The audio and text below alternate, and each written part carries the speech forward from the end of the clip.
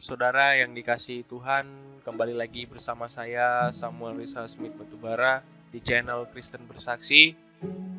Baik saudara, di kesempatan kali ini atau di waktu ini saya akan sedikit menjelaskan pengantar perjanjian baru, di mana kita pada hari ini akan membahas kitab 1 Korintus, di mana di video sebelum-sebelumnya saya sudah membahas kitab Injil Sinoptik dan Kisah Para Rasul, dan juga dilanjutkan dengan kitab Roma. Dan berikut ini saya akan tampilkan tentang akan membahas kitab 1 Korintus. Langsung saja tentang kota Korintus. Korintus merupakan kota terbaik di Yunani yang pertama.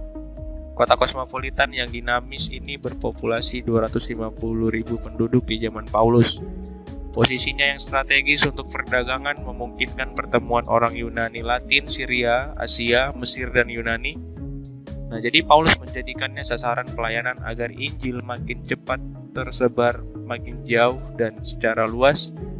Nah, namun pertumbuhan iman tampaknya sulit karena kota ini didominasi kuil-kuil dewa cinta atau Afrodit, bangunan untuk dewa matahari atau Apollo, banyaknya tempat prostitusi, dan bahkan kata Korintus erat kaitannya dengan perbuatan mesum atau seksual.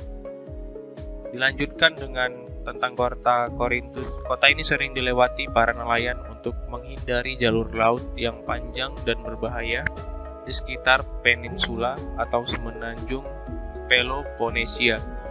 Korintus yang kebanyakan jemaatnya adalah bangsa kafir, sebagian besar bertobat dari penyembahan berhala. Membanggakan kepandaiannya, tidak ingin status kalangan sosial mereka berubah. Nah, di sana Paulus tinggal selama 1,5 tahun dan mendirikan sebuah gereja di sana. Saudara bisa melihat di dalam Kisah Para Rasul pasal yang ke-18. Paulus juga mengirim surat dari Efesus kepada jemaat di sini 5 tahun kemudian sekitar 57 Masehi dengan membahas berbagai perselisihan dan masalah. Jadi saudara, latar belakangnya adalah adanya laporan di pasal 1 ayat 11 sampai pasal 5 ayat 1, dan delegasi yang datang dari Korintus dan surat yang meminta jawaban berbagai hal di pasal 7 ayat 1 dan di pasal 6 ayat 17. Lalu ada mengenai problematika Korintus. Problem yang pertama adalah problem dalam kesatuan. Pasal 1 sampai 4 di situ berbicara pentingnya gereja menjaga kesatuan, bukan memecah belah. Lalu problem yang kedua adalah problem terkait dosa.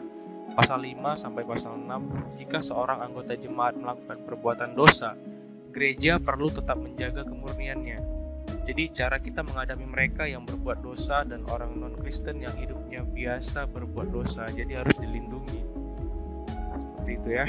Lalu yang ketiga ada problem tentang perceraian di pasal yang ke-7. Nah, apakah lebih rohani untuk punya pilihan untuk bercerai atau bertahan dalam pernikahan, dan bagaimana jika ditinggalkan pasangan? Semuanya tertulis di pasal 7. Lalu ada problem mengenai perselisihan atas pengajaran atau doktrin. Di sini kita bisa melihat di pasal 8 dan pasal 10. Perbedaan doktrin di dalam gereja perlu dihadapi sehingga kita dapat hidup berdampingan meski berbeda pandangan. Nah, ini mengenai ajaran atau doktrin terdapat di pasal 8 dan pasal 10. Lalu yang berikutnya problematika wanita dan ibadah terdapat di pasal 11. Di sini menceritakan bagaimana posisi wanita dalam ibadah dan pentingnya perjamuan Tuhan. Lalu dilanjutkan dengan problem spiritualitas di pasal 12, 13, dan 14. Di sini berbicara mengenai hubungan karunia roh dengan spiritualitas dan peran bahasa lidah dalam ibadah gereja. Dilanjutkan dengan problem tentang kebangkitan di pasal yang ke-15. Di sini menceritakan pentingnya kebangkitan dalam kekristenan dan kebangkitan orang percaya.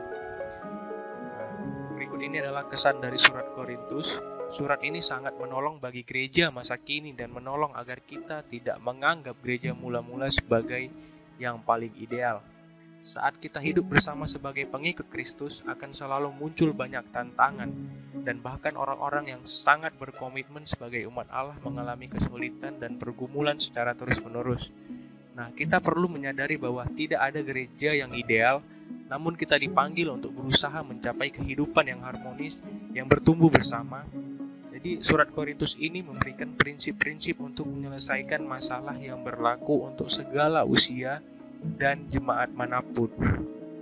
Lalu yang terakhir, kontribusi khusus dari Korintus. Yang pertama, pasal 15 dari surat 1 Korintus mengandung penjelasan yang gamblang mengenai kebangkitan Kristus dan kebangkitan orang percaya.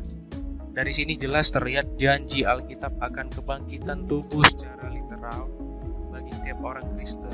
Lalu yang kedua, kontribusi terbesarnya adalah secara interpersonal atau antar individu. Paulus memberitahu kita bahwa jemaat Korintus menikmati pemberian berbagai karunia roh, dan namun juga disebut sebagai duniawi.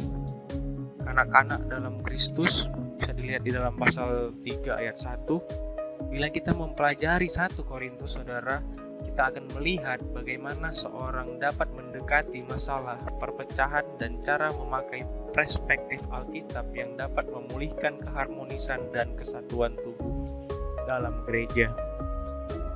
Demikianlah, saudara, yang bisa saya sampaikan, yang bisa saya jelaskan secara sederhana, kiranya dapat memberkati saudara dimanapun berada, dan biarlah berkat ini juga boleh dibagikan kepada orang lain, agar orang lain juga dapat mengetahui kebenaran akan firman Tuhan, dan orang lain juga dapat menjadi saksi-saksi Kristus yang dipakai dimanapun kita berada. Terima kasih, saya ucapkan Shalom.